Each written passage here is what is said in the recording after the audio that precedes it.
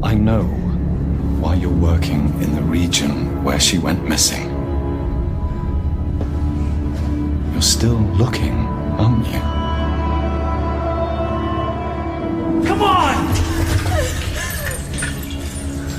You killed that guy! Because he was going to kill me, you saved my life. This is about survival. Do you understand? Samuels, listen to me. It's not safe here. Seegson's got this place locked tight. Their goddamn androids are killing people. That's impossible. It's contrary to primary synthetic programming. I've seen it, Samuels. I guess Seegson's got a different idea about synthetics. Listen to me!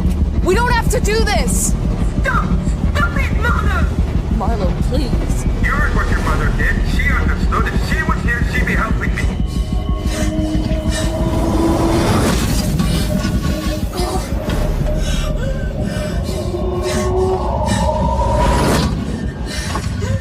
To protect you. Don't worry. Don't worry about me. I'm sure I'll see you very soon. I love you, sweetheart.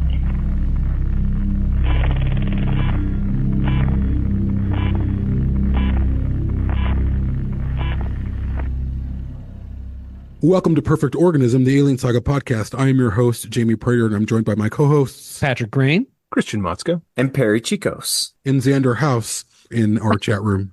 Welcome, everyone. Hey, guys. Hey. Excited to be here. This is the beginning of a new series that is the most requested one I have ever personally been a part of on this show, which is saying something because I've been on the show since 2017. We are officially tonight launching our Alien Isolation 10-year anniversary series. We're going to get to what's coming up a little bit, and we're going to talk more about what we're going to cover tonight. But before we do, we have some patrons to shout out. I'm going to be totally honest and put my cards on the table, and just I don't remember how far back I go when I read patron names. So sometimes you get shout outs 2, maybe 3 times, and I don't regret that at all. You deserve it. Have as many shout outs as it takes. My sloppiness is your gain. So let's go back a little bit here. We got Ryan Weathers, Gregory Stempfel, Spencer LaSalle, Matt H., and just a few days ago, March 2nd, Joshua Holko joining our Patreon. If you would like to join them, just go to patreon.com/perfectorganism or go to perfectorganism.com/support. We have lots of new stuff coming out, including just in a few days, actually, our Weirding Way episode on our reactions to Dune Part 2. Some of you may remember we did a whole series of episodes when Dune Part 1 came out. And we have some really cool things to share about Dune Part 2. So, without further ado, let's get into the conversation tonight. I'll kind of kick us off here a little bit. So we've been asked a lot over the years about Alien Isolation. It has been perhaps the biggest elephant in our collective podcast room. I think that's because it looms so large over fandom as such a beacon of what alien storytelling can do in the modern era. It's such a huge success story in terms of critical acclaim, while being in some ways the opposite story in terms of financial gains, and such a fascinating case study in how Alien functions in the modern world. And I think because of that, we've been a little bit intimidated about covering it. But this is 2024. It's been 10 years now since this game released. And so we're going to be dedicating over the next months quite a few episodes to this. The content is still somewhat being hammered out, pending some things, but some of the things you might be able to expect coming down the pipeline would be conversations with some video game industry experts on how to tell stories a la Alien Isolation in unexpected ways. We might be talking about, some iconic elements of it, like, for example, the Working Joes, some really cool, semi-conspiracy theories about things that may or may not be in the game. We're going to talk a little bit about Creative Assembly and how they managed to pull off the impossible. We have some really cool guests coming on, and we're also going to be talking quite a bit about the legacy of this landmark achievement in video game history, in horror game history, and in alien history. But tonight, we are celebrating officially 10 years of isolation with our roundtable intro episode talking about, how this impacted our lives when it came out and what it was like in the months leading up to its release. And also, now that we've had it for 10 years, what it's been ever since. So I'm really excited to talk tonight.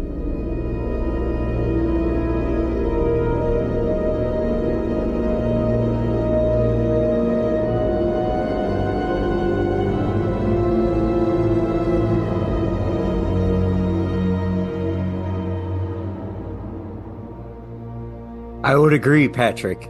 I am very excited as well to chat about Alien Isolation. I think it's great. You know, I didn't like grow up with a video game console, and like being such a Alien fan just in general, and like growing up watching the movies as a kid and things like that. I unfortunately like just wasn't in the know as much about games like this when this first came out. Once I became an adult and could purchase my own video game console, which I did, I went the Xbox route. I've had one of those for a long time, but like playing Isolation for the first time, it was such an experience for me, like living in that. And that's what I love about video games is like you really get to like, aside from like films, right? There are definitely movies that you get transported to another place when you're watching them, and like you really feel like you're one with the characters and everything like that, when soundtrack and the editing and the momentum of those things goes together, right? I know I'm preaching to the choir here, but Isolation in itself, like giving you somewhat of a genuine storyline, the environment that you're in, the just like the impending fucking scary like dread, like what am I doing on this ship? What happened to Sevastopol? Where is everybody? And excuse me, and like there's this thing chasing me, which is the alien, and you're just like scared to death. Like I know we've talked about the med bay scene specifically so many times. Oh my God. That chapter of the game, and just like playing through that entire piece of it, right? And for the first time for me took a very long time, because I was just like scared to death that entire chapter. That was very much like for me what Isolation was in the beginning. And then as I played it over and over again, I've really, really got to like cherish so much more of the lore of the game, and like just through you guys providing me with information. Christian, I know specifically too, like you, just the knowledge that you have around everything, and like the props that you make and things like that like tie into this game. And it's just like, it's awesome, man. Like it just adds so many layers to the lore of Alien. I was just enthralled by playing this game. It was so beautiful. So I want to jump on a couple things that Perry said. One, I love that you brought this up. There is a gap in my video game history between the early 90s, when I had an 8-bit classic Nintendo and I would play, remember Battletoads? Battletoads was a game that I'd play. I love Battletoads. Hell yes. Oh my God. And you know, Duck Hunt. There wasn't a lot going on, right? And I left that behind when I went to college, and I didn't play video games again. So it was only when Gearbox was putting out Aliens Colonial Marines, and I was going to be an NPC in this game. They used my Colonial Marine armor as one of the people in the film, as one of the characters in the game, one of the NPCs that you run into. So I had to get a game system, and so I got an Xbox, like Perry did, Xbox 360. And then that game was such utter shit that I didn't really play it much. And then the following year, out comes this new Alien game, and we'll get to some of my misconceptions about the game, and it's funny because I feel like my experience going into Alien Isolation must have been what a lot of people went through, because Aliens Colonial Marines was such a bullshit game and was so poorly sold. They lied, honestly, that I was so convinced that Alien Isolation also was going to be a ripoff. And anyway, but I did get the game. I bought it and I played it. And I remember, you know, you get on board the Sevastopol and there's no one around, and I'm moving the character, and my kids are asleep upstairs, my wife's asleep upstairs, and there comes a moment when the game controller vibrated. And I don't know video games, and so I thought that they were replicating my own fear. And I'm like, this is amazing.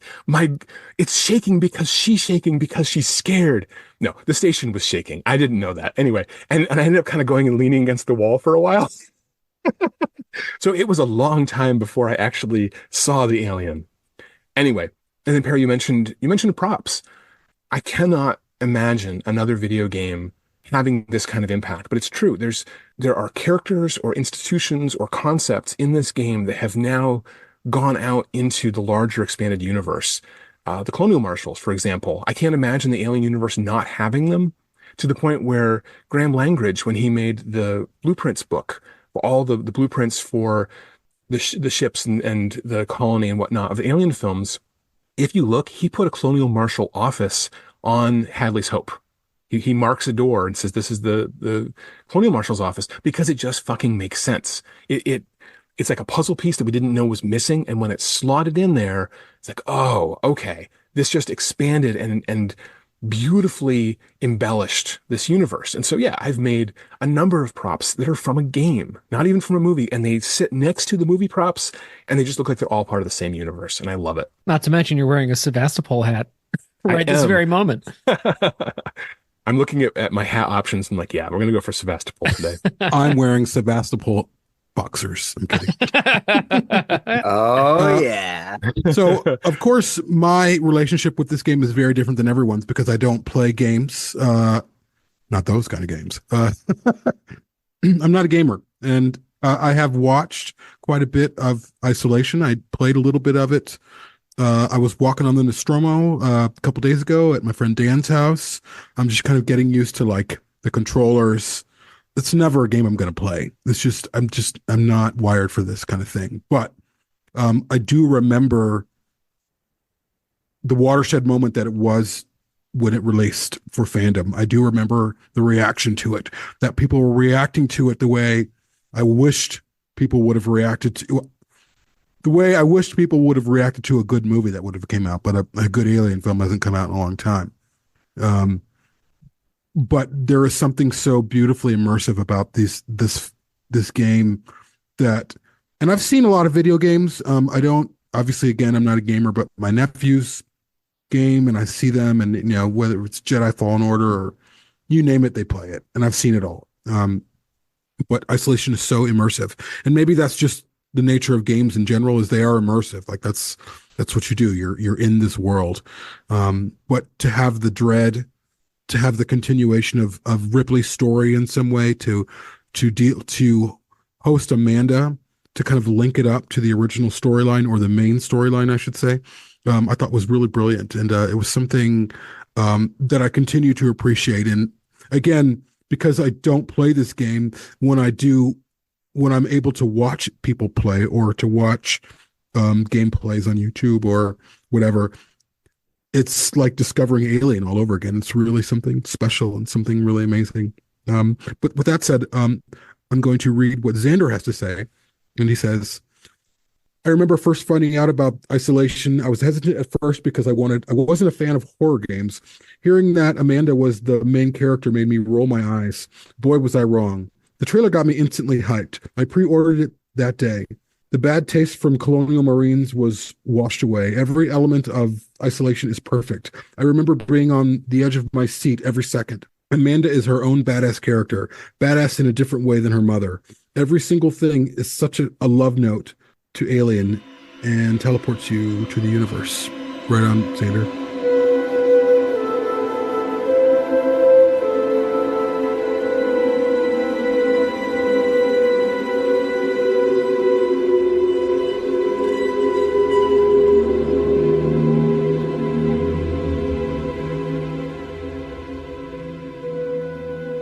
And I get to lay all my nerd cards on the table tonight and say that I never stopped playing video games. In fact, I've played every console generation since I was 5 years old, playing the original Nintendo Entertainment System in my grandma's basement. So I'm here to give you a little bit of a historical nerd perspective on this game and the context that it came out in. Because in addition to being a lifelong gaming nerd, of course, I've been a lifelong Alien nerd. And that means that I have played pretty religiously, sometimes literally, in the case of Isolation, every single Alien game that has come out since I've been a child, and some that predated it, actually, including the Atari 2600 game that's sitting right over there. Anyway, so this came out, of course, as Xander and others have mentioned, right in the wake of Colonial Marines. However, at the same time in the video game industry, there was a ton of buzz about these two things because they were in development simultaneously. I was really excited about both of these games. But I want to go back to a moment to 2011. That was the first time that we had any knowledge that Sega was working on a game based on Alien, not Aliens, which is very rare in video games because Alien is much more poorly set up for most game scenarios, and that it was going to be survival horror. And then what was confirmed by the studio was that it was going to be in the vein of Dead Space 2. I was so fucking excited by that news that I could not think about anything else. A first-person survival horror game set in the Alien universe, modeled in some ways on Dead Space 2 in terms of being a AAA horror sci-fi title. I mean, that's got like every buzzword that you could possibly want. So then like 3 years go by. And what I remember so specifically is 2014 comes around. There's E3, the Electronics Expo, which is like the biggest event in gaming every year. In 2014, it was, I believe, in June that year. I think it normally is in June. Anyway, and that was the first time that people got to play a demo version of it. And the reactions from E3 were unanimously like, this is the scariest game that anybody has ever made before. And that was all we knew about it. It was just that this thing was so scary that journalists who were playing a demo of it at E3, I believe using an Oculus headset also, said that it was almost unplayably scary. And I was like, so excited because of course in June of 2014 we're only months out. This thing came out in October of 2014, so like this was about to land on my literal doorstep because I had it pre-ordered. And I just remember I was so thrilled, especially because Colonial Marines was such a letdown, as many of us are saying, and I was like, this is going to be the one that will be the defining Alien game experience of my entire life. And it has been ever since. It took me probably 2 years to finish it because the first time I played it I was so fucking terrified that I put the controller down. I've never in my entire life. I mean, I am a horror game junkie to the point where like when I was in fucking middle school, I ran fan forums on Silent Hill. Like I am a lifelong horror nerd and I couldn't play Alien Isolation. I was too scared. And it took me 2 years and I finally did. And I was there were tears streaming down my face the first time I beat the game, because what you realize when you play Alien Isolation is once you fight through the fear that is so present, there's an enormous amount of love and craftsmanship that goes into the story. And that's the thing that gets lost, I think, a lot of the time when people talk about Alien Isolation. It's so easy to talk about how scary it is, and it's so easy to talk about how beautiful it is, because it is a beautiful game. And we're going to talk a lot about that in this series, how they put so much effort into modeling CRT emulators for things, how they put, every single prop that's on display in any of the rooms at any given time is a little work of art in itself. Everywhere you look, there's something amazing to behold, let alone when you look out the windows of Sebastopol or when you do a fucking spacewalk and there's debris flying past your head. It is a game rife with beauty. And yet it's a game that is buttressed by the story that continues to draw me back time and time again, which is why I keep going back and keep replaying it and beating it, to the point now where it's basically maybe even more than an annual thing. It's like a game that I'm kind of always in a playthrough of. And I know many people, I know many listeners, because I'm friends with you on, PlayStation and things. I see you playing this fucking game all the time too. I'm not the only weirdo, and Perry's not the only weirdo out there. It's a game that we are still all playing so much. So something I really hope we can kind of get out of this series that we're doing is figuring out some of the reasons why, it's a game that continues to play so well. One other thing I want to point out is that it's been 10 years. It's been 2 console generations. I'm playing it on a PlayStation 5 at this point, and it still looks like a brand new game to me. And that is crazy. And I say that as somebody who plays Dead Space 2 still, which is the game that, was the high watermark this was held up to. Dead Space 2 looks like a game from 12 years ago. Alien Isolation looks like it came out a week ago. It is an amazing technical achievement. Last thing I'll say before I hand the mic over is that in terms of technical achievements, it's also still the high watermark for artificial intelligence in a video game. That is something that is an impossible thing to overstate how amazing that is. That a game that was built 13 or 14 years ago, released 10 years ago, set the high watermark for how you can have a genuine AI opponent in a horror game. Nothing else has touched it since. And I don't know why. I really, truly don't.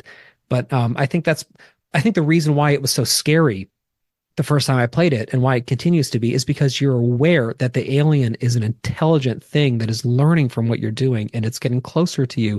And there's very little you can do about it, because you're going to make a mistake. You're going to walk under that fucking vent in the ceiling that you didn't notice had drool coming out of it, and you're going to get killed, and it's going to be so scary. That is great video game design, and that is why we keep coming back time and time again. I'd just like to say, to your point, Christian or Patrick, about most video games covering aliens. Like, of course, Aliens, Dark Descent, Aliens, Fireteam Elite, Aliens, Colonial Marines, and to see a game of the caliber of Alien Isolation cover not just in name Alien Isolation, but in tone, in weaponry, in that cassette futurism, all of the things that we love about Alien, to see them bring them back, it's so right. And as we've discussed many times, when we talk about Aliens or Alien or whatever, like, I love Aliens. I think it's a masterpiece, as everybody else does. But I do think, like, I grow tired of it because it's the film that is people kind of walk around nonstop. It's nonstop. I'm like, there are two other films. Really, there's more than two other films. There's like four other films, five if you include Resurrection, that you can talk about. And so to have this game be what it is and to ensconce itself around Alien, to me, it's just this, like Xander had said, is this love letter back to what Giger did, to what Ridley Scott did, to what Dan O'Bannon did. And I'm glad that it stood the test of time. And I'm glad that it's still, despite these other games coming out, it's still the shining city on the hill, that people look up to Isolation as, this is the model. This is what you want. And the fact that game is around Alien, can't get better than that.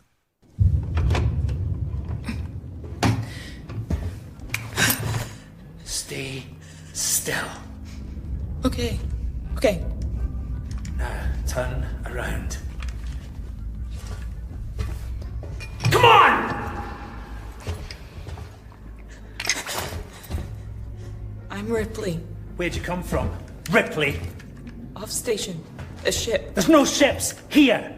There are now. Well, that's good news, because things are not so good here.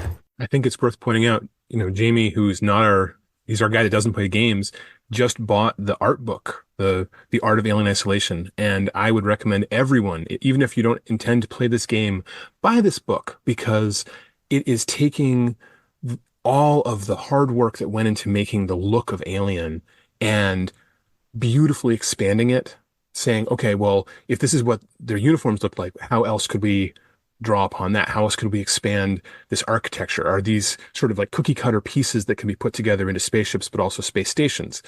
And just to see all the beautiful iterations of things they didn't end up using that feel so right. Yes, that's a fantastic book. I have to say something funny. So I was really heavily into the Aliens Legacy forum. It's a Colonial Marine costuming group, right? And that'll come up in a minute when I talk about my misunderstanding of what this game is going to be. But anyway, I'm playing the game for the first time, and I take a wrong step and she falls like down through the floor, and I'm on a different level. And so I stop, I pause the game, and I'm writing on the floor. I'm like, shit, I just fell through the floor. How do I get back up there? And like, Christian, it's a cutscene. That's you have no choice. You're gonna fall through the floor. You're gonna end up in another part. I thought I'd screwed the pooch and I was gonna have to start the whole game over. I just didn't understand, man. At the same time, it was wonderful. I was aware of Dead Space. Oddly, a friend of mine had lent me an art book for, I think, either Dead Space 2 or the whole trilogy or something. I don't know. And it was gorgeous. But I hadn't played these games. And so what a beautiful game to be reintroduced to the concept of video games, horror video games, survival horror, all these things. And yeah, that's the thing. If you look at Alien, a smart person says, okay, we've done the pulse rifles, we've done the Colonial Marines many, many times, because Aliens Colonial Marines had just come out, but there had already been a series of Alien versus Predator games that involved some variation of the Colonial Marines. So we'd really had that. Even, God, Alien 3, The Gun, the most ridiculous video game ever, because there are no guns really in that film. We've done the guns. So to have someone say, okay, what made Alien work and how can we put that in a video game? And talk about, what a great group of people Creative Assembly had in that moment, working together to make this game happen. And there must have been such pressure from them, on them, from other people saying, put some guns in there, put some, let there be some just things that you can shoot or, whatever. And for them to be able to say, no, we're not going to do that. That's already been done. And again, in the art book, you can see there definitely had been some iterations where there was going to be more of that sort of thing. And they really pulled back from it. And it's to their credit that they did that. There are a few things I want to touch on, but I do have to state for the record that I did grow up playing video games on my PC. I actually grew up playing Half-Life, which I freaking loved. And I am hoping a lot of people listening also know that game. I'm just hoping to God that I don't know, we get some sort of like Dead Space remake of that game, because I feel like a lot of video games nowadays are inspired by what Half-Life gave us. It was very like back in the 90s, like late 90s, like survivalist horror, sci-fi video game with a great storyline, great character, and a very similar, like, the first weapon you have, you're walking around this Lambda facility after shit hits the fan, and you just have a crowbar, and you're like fending off whatever it is with this crowbar until later on in the game. But it's kind of the same. You're like, where is everybody? What happened? Things like that. And that game is what really kind of like burned an identity in my psyche as far as like loving video games. And that's where that's where my journey sort of started. And I just wanted to touch on that because I do owe my video game experience to that game. And just because it's so great. I know they did a Half-Life 2 several years later that was really great as well, and I just don't know why they won't do something else. But anyway, or remake the first one. But a few things, and I know it's funny that we keep kind of like unconsciously saying like, oh, I really like that scene and things like that, because this game is so cinematic in certain moments, but it also just adds so much to the story of Alien that it's almost like a movie, even though you're playing it. Like I talk about like that immersive experience, and as you guys have mentioned too, like it's just, you really feel like you're Amanda. And Patrick, like to your point, I have found myself playing that game, and I'll just like walk over to the window in the ship, and I'll be like looking out into space. It's like, what reality am I in? I'm standing here looking at a television screen, playing a character in a video game in space, and I'm looking out the window of a spaceship at like the planet that Sevastopol is about to fall into, right, or something, because it's just so beautiful and like so captivating. Like you're just like, I don't know, I guess like even games that come out nowadays like just don't, the level of detail, the attention to detail in this game is unbelievable. Or like when you're going throughout the ship, or you're like under the floor and you like pop up, and it's like a little, like you're in like a little bar or like a little snack restaurant that like the people that lived on Sevastopol would frequent, right, on like a day-to-day basis while they're working, and it's just like dead, but there's like half drunken bottles of booze, or there's like there's just like all this stuff, or there's like a boom, like a little boom box that you can like turn on, and you're like, oh, this is what they're listening to, sort of a thing. But you don't want to do that because the alien could hear you and then come kill you. So like you're just like, you turn it on for a second, then you're like, oh, I better turn that off. But that's what's so cool about it, is there is like this level of like free roam. I don't know what you want to call that, but like you can kind of do whatever you want if you want, and just explore the ship if you want. And some games are so just directionally, like you have in a campaign, are constantly being pushed forward into the storyline that way. Whereas like Alien Isolation, it's so cool that you can do that, but at a price sometimes, because like, and I'm sure we're going to bring this up too, but like another aspect outside of the alien is just like the element of the working Joes that are brought into it, which brings in like the entirety of the Ash character in Alien, right? And just like not really trusting these things that are on the ship to to help you until like you find out like how much more malevolent they have become. And just another terrifying moment in this game that I feel like is so intimate is if you get caught up by a working Joe who's just not working in its safe programming, chokes you out like you were, Ripley in Alien. And for like us true fans of the franchise, that moment is, I hate to say it, but it's satisfying in some way because you're like, oh my God, like I've just been given the gift of feeling what Ripley went through in Alien just a little bit more than I did when I watched the movie. And like, I think that's actually what I love about Alien Isolation and why, Patrick, to your point, it's just like on constant.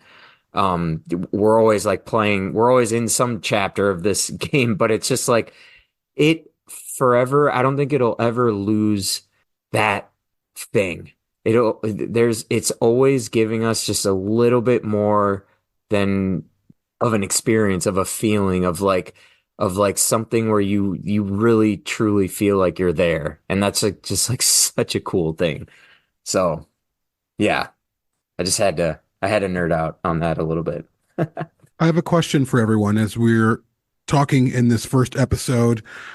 What did you guys think of the story when you heard it? And how much did you know that it circled Amanda Ripley and her quest for her mother? How did that hit you? I'm curious, because there's a lot to be said about Amanda and also not a lot to be said about Amanda.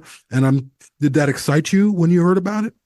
Dark Horse had already done a comic series many years earlier that had an alien crash land on Earth, and the family or the people that run into it are the Ripleys. And so it's Ripley's versus aliens in 1950s or something. And then I believe that the first of the Titan Alien books had come out, Out of the Shadows, which has Ripley unnecessarily inserted into this very interesting situation. And then we also had, Prometheus had come out, no Ripley in that, thankfully, but I swear that Ridley Scott was already talking about wanting to put a Ripley into the sequel.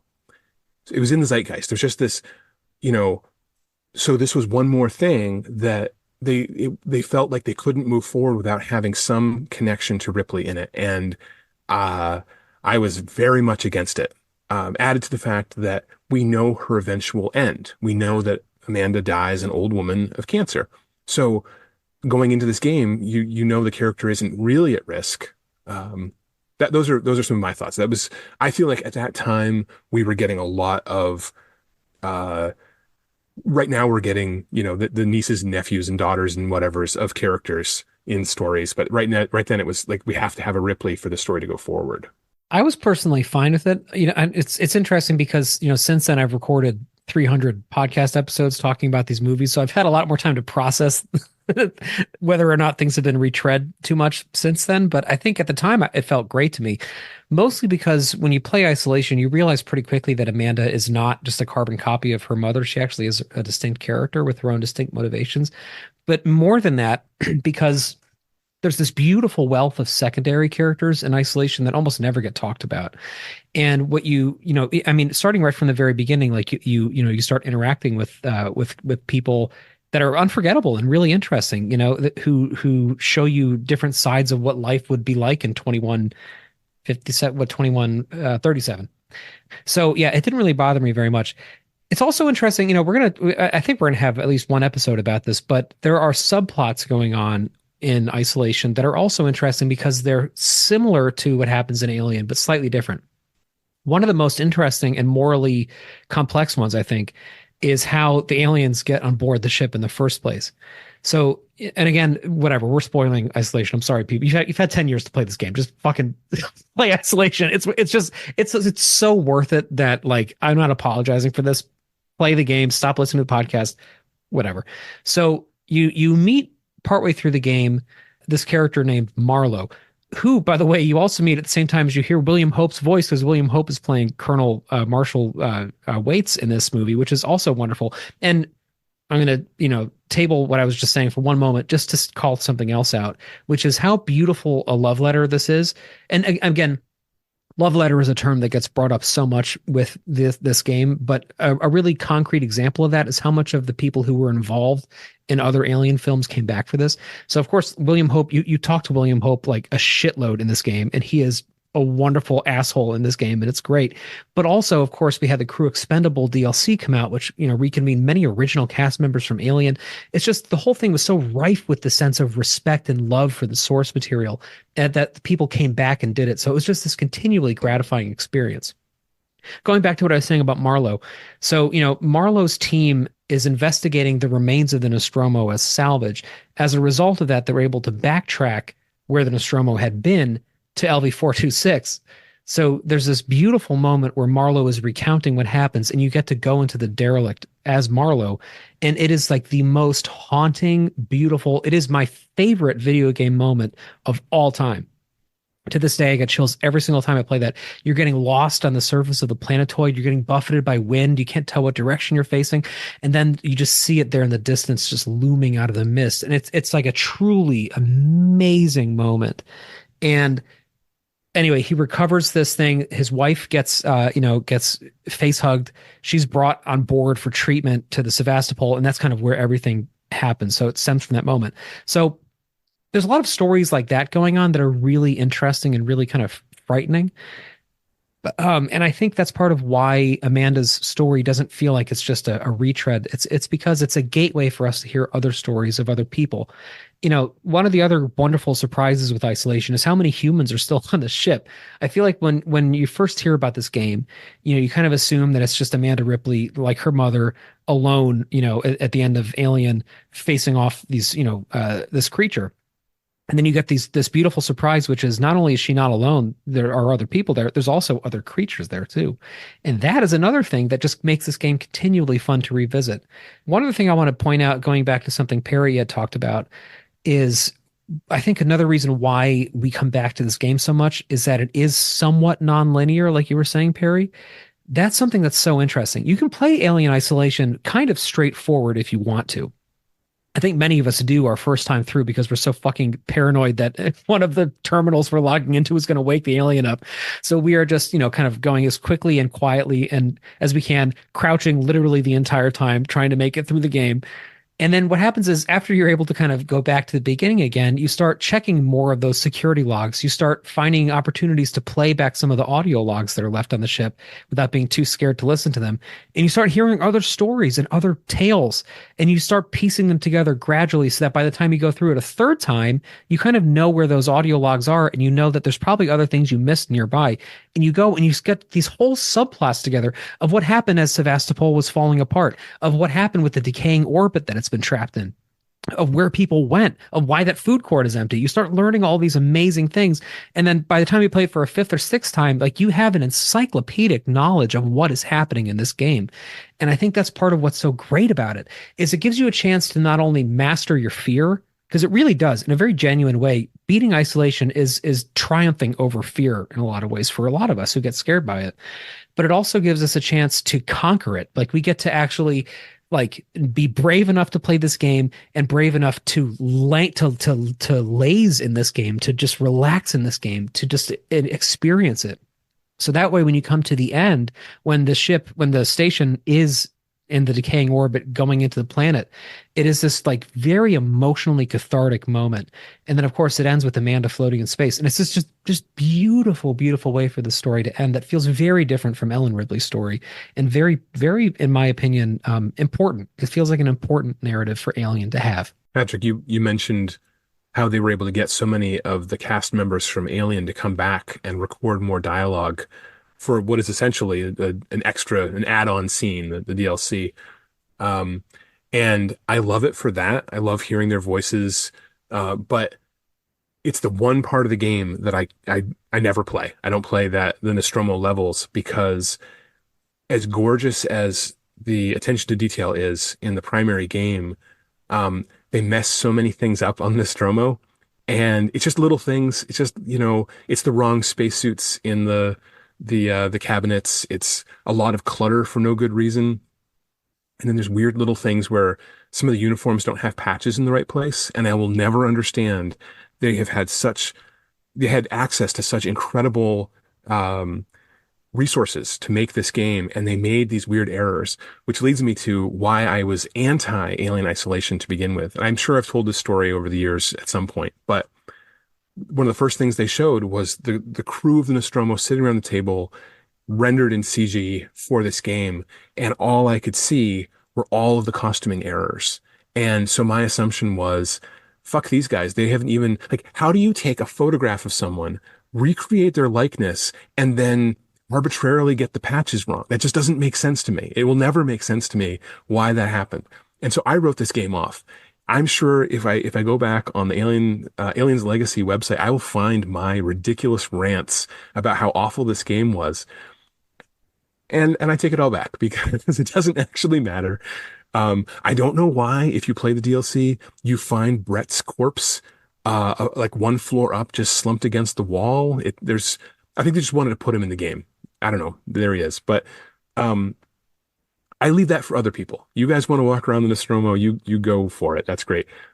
But I'm in for the actual game and that expansion, that beautiful, you can see the Nostromo, the ingredients of the Nostromo writ large. So now instead of a cramped corridor, you have a longer corridor, or you have these beautiful arched windows looking out into space, and this lounge seating, and you can start imagining, okay, I'm going to go back to the costumes for just a second because this is important. In Alien, they're wearing mostly white or the seafoam green uniforms, and they've got this patch that has a rainbow on it. These are happy, hopeful, corporate symbols, right? And it would have been so easy to dress everyone in black, white, red, gray, have the symbol have like a growling face on it because this is an evil planet or whatever. And they don't do that. And Alien Isolation honors that by giving us really bland, believable locations that are exquisitely designed. I'm not saying they're bad, but like, this is seating for people who are waiting to have a meeting with Seegson or waiting to have a meeting with Weyland-Yutani. And they can have a drink. They can go to the bar over here. They can look at this model of the space station that they're on that's suspended from the ceiling above them. It's very believably mundane. If the alien weren't here, these people would be living very boring lives, going about their daily existence, drinking their beer, having their snacks, whatever. And that's what I want, because it's that normality that is then made creepy and awful when the alien is introduced. And so now you're hiding behind these stupid little benches and this bar and all these things. So I just wanted to say that because I think it's so wonderful that they were able to create more of the alien universe while keeping to that idea that this was just a normal ship. They were just doing a dumb job, and the alien is what makes the whole place feel perverted, honestly. There's a corruption that the alien brings, both just by its presence and then by the hive material. When it starts making it its own, it makes it alien as well. So just some thoughts. And I guess as we talk about it, and maybe if this seems too early because this is episode 1, I'm just curious if anything feels, or if anything felt repetitious to you guys when you started playing this, or did it all feel fresh? I mean, not repetitious, like, okay, the surroundings are familiar, not familiar, but like, okay, yeah, we've done this before. This was, and I get that there's going to be some fundamental similarities, like point A to point B, there's an alien after you, blah, blah, blah, blah. But I mean something more granular than that at any point. I mean, I want to say no, but I felt like playing this game and the several other times I've played it, that it still stays fresh. I mean, Patrick, to your point, you're kind of like building upon that encyclopedia of the story of the ship. Like, I think the reasons we go back to play it again aren't the reason why we played it the first time. You know what I mean? Like we're going back again to investigate further or add upon whatever it is, or that chapter that you wanted to explore that you didn't get a chance to explore, or something else, or you didn't get a terminal to read because maybe the alien or there were working Joes around and you were just like, oh, fuck it, I need to get out of here. But you're like, oh, next time I want to try to, spend a little bit more time there if I can. And I'll say even like when you get to the Apollo, right, or Mother in the center of the ship, and like that moment too, Patrick, like I also love the derelict moment. I would say similarly, I get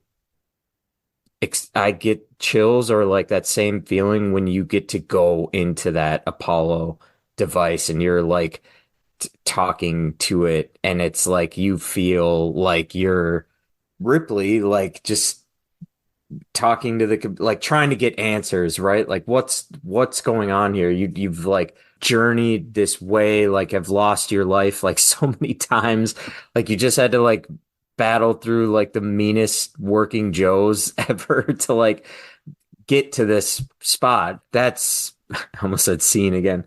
That part of the game specifically is for me always fresh, just like doesn't get old. Well, Alien Isolation does something that only Aliens of all the movies does, which is to take the main character and place them into an event that has already begun. All the other Alien films feel the need to show you the whole life cycle, and by Resurrection, it was kind of slowing the whole plot down, honestly. But so with this, Amanda arrives on the station not knowing about the alien, and the alien has already completely taken over certain sections of the station, and so she has the opportunity to interact with different levels of the life cycle out of order. She sees the alien before she sees a facehugger, for example. And then, of course, spoilers, the game completely sold it like there was only going to be one alien. And then when it's revealed that, nope, there's a whole bunch of them, it's wonderful. That's the best possible surprise that they could have thrown into it. And so in those ways, I think it avoids being repetitious or feeling like we're completely retreading things. And there are moments. I mean, when Patrick talks about this crew going and finding the derelict, they're wearing the exact same style of spacesuit as in Alien. They find the same exact derelict. They go into the exact place, but it's done with such reverence, and you're interacting, you're climbing, in my case, I got lost completely before you get to the ship. My kids had to be like, oh, come on, Dad, go over here. There it is. But so that's that fine line. Sometimes when you could argue it's just repeating something you've already seen, the difference, the novelty is that you're the one doing it. You're interacting. So yes, we've seen alien hives before, but you've never had to creep through a hive avoiding facehuggers and aliens and not as stock video game elements. There isn't ever that sense. I can't explain enough, especially because I'm not a video game guy, but you don't have bosses. You don't have the next thing that you have to defeat to get to, the bigger boss. This game just doesn't do that. And so that is fresh. Yeah, 100% fresh. And just echoing some of the things that Xander is saying in the chat, as well as things that you're both saying, Xander's pointing out, nothing within the game feels like a retread of the movies, like, oh, this is the hive section, or this is the big gun section.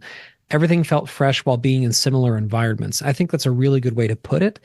I think at the end of the day, one of the things that I love most about this game is that it basically gives me the actual feeling of being in the events of Alien in a really legitimate way. Like that is something that we can't overstate enough. When you're playing Isolation, I don't even mean the Crew Expendable DLC, just when you're in the med bay in Isolation, creeping for your life under a bunch of tables that are overturned. Like that is what Alien feels like to me. And the fact that we have the ability to live in that space for 12 to 20 hours, however long it takes to complete the campaign, is really kind of incredible. So even if it had been a literal retread of Alien, even if we were just playing the plot of Alien, like I would be very happy doing that too, when it's done with this kind of reverence and this kind of gravity, because it never feels boring. It never feels like rote. It never feels colored by numbers. It always feels real. Like that's what's so amazing about it.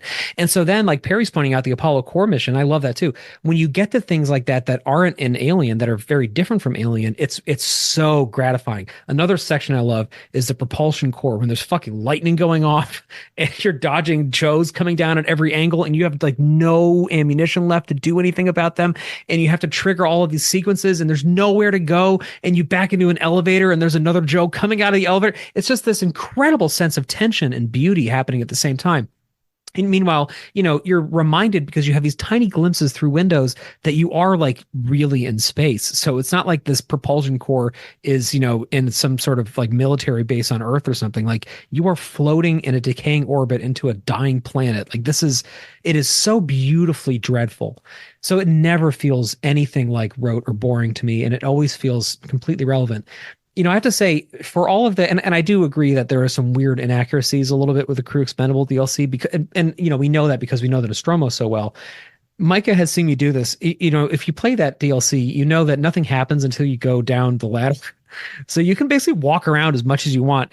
I will sometimes just fire that fucking DLC up and just walk around the Nostromo for a while and just hang out in the bridge, go walk into the mother room. Like, to me, it's so amazing that I have something that just lets me do that. That just lets me just live in Alien for a while and like walk around myself and look at shit and like duck under tables and see what's under there, even though it might not be 100% accurate to the film. That's incredible. And I get that same sense in Isolation.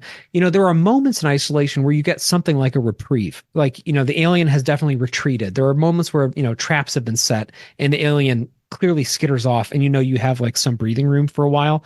And in those moments, it's like being in a cathedral. It's like you look around and you have time to like not crouch, for one thing, and to stand up again, and to just like look at the walls and look at the paneling and look at the amazing greebling everywhere, and to think like, my God, so much thought went into this game.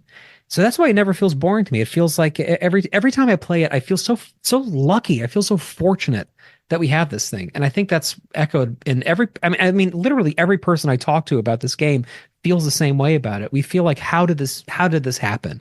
Like, that's something that I also hope we can learn more about somewhat on this series. As many of you may remember, last year, or maybe the year before, I think it was last year, we had the author of a book that is now finished and it's getting ready to ship, called Perfect Organism, well titled, come on and talk about this book that they're writing about the game and the history of the game and the history of Gearbox Studios. I Gearbox, the Creative Assembly.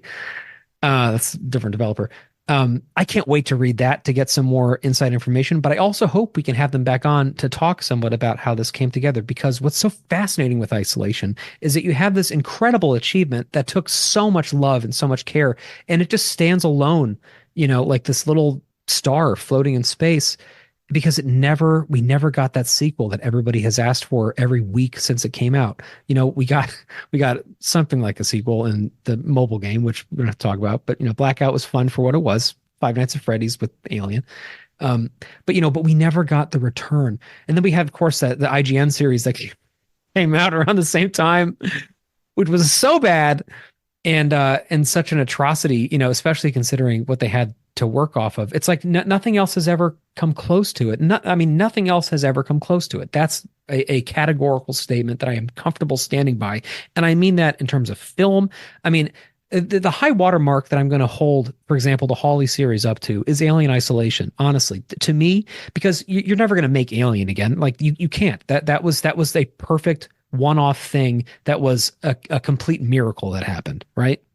And anybody who tries to just make Alien again is going to come up short, because the magic of Alien is its uniqueness, is the fact that it came out of nowhere and it was so brilliant.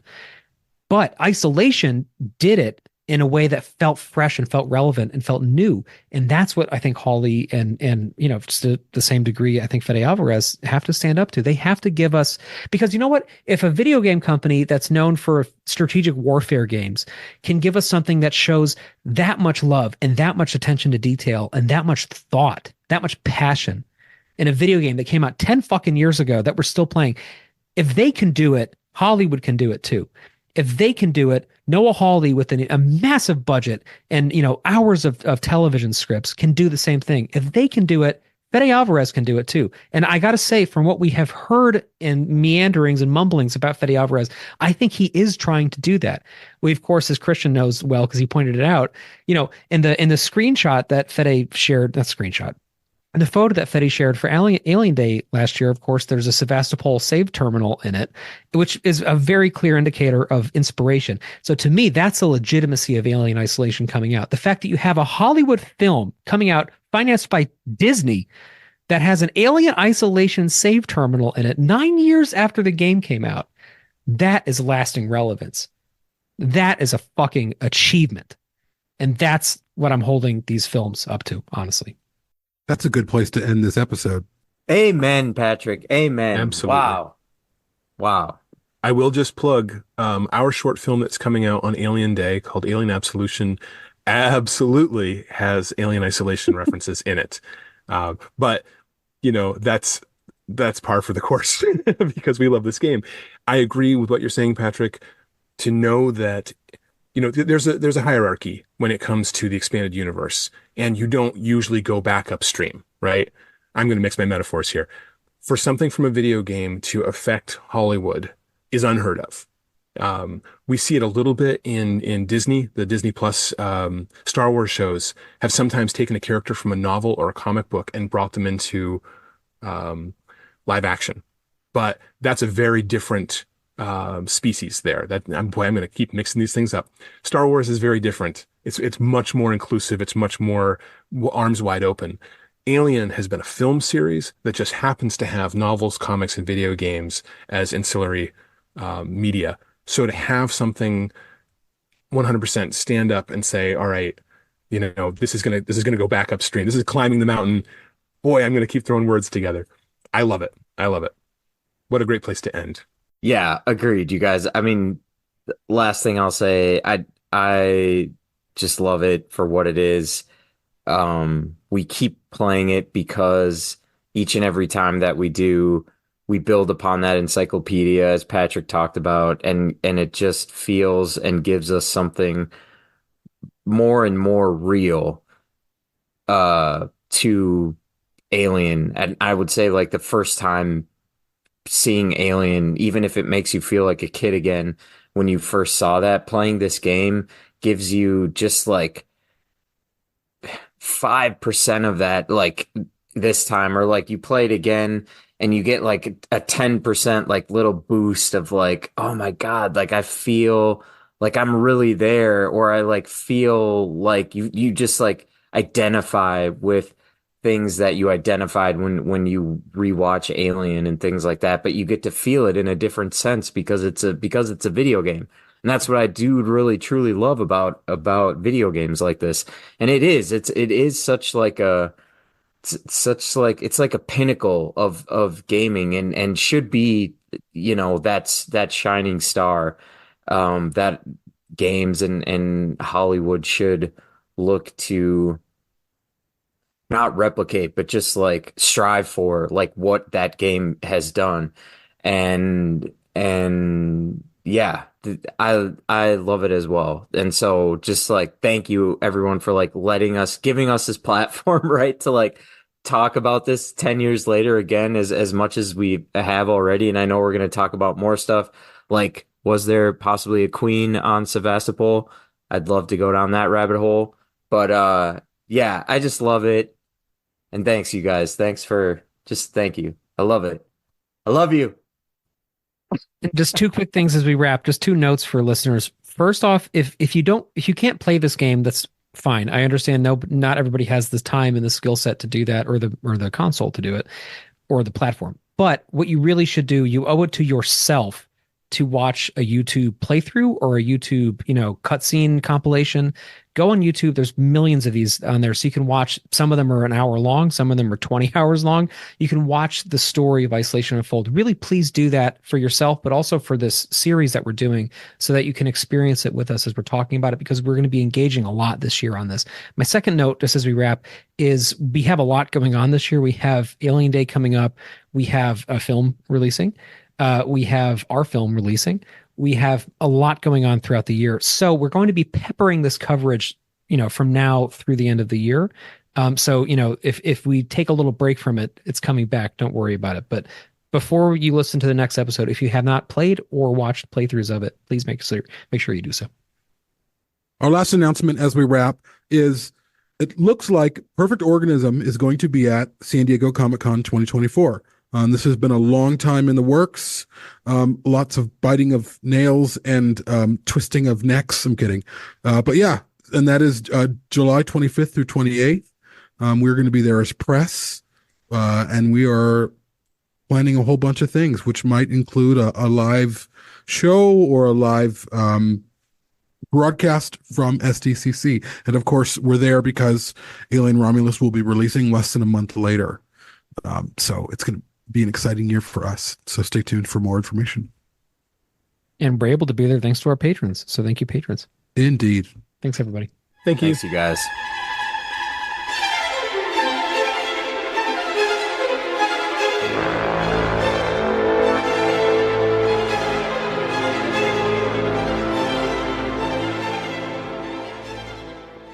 To find out more information about Perfect Organism, the Alien Saga podcast, please go to www.perfectorganism.com. If you would like to support the show, please go to www.perfectorganism.com/support. Thank you.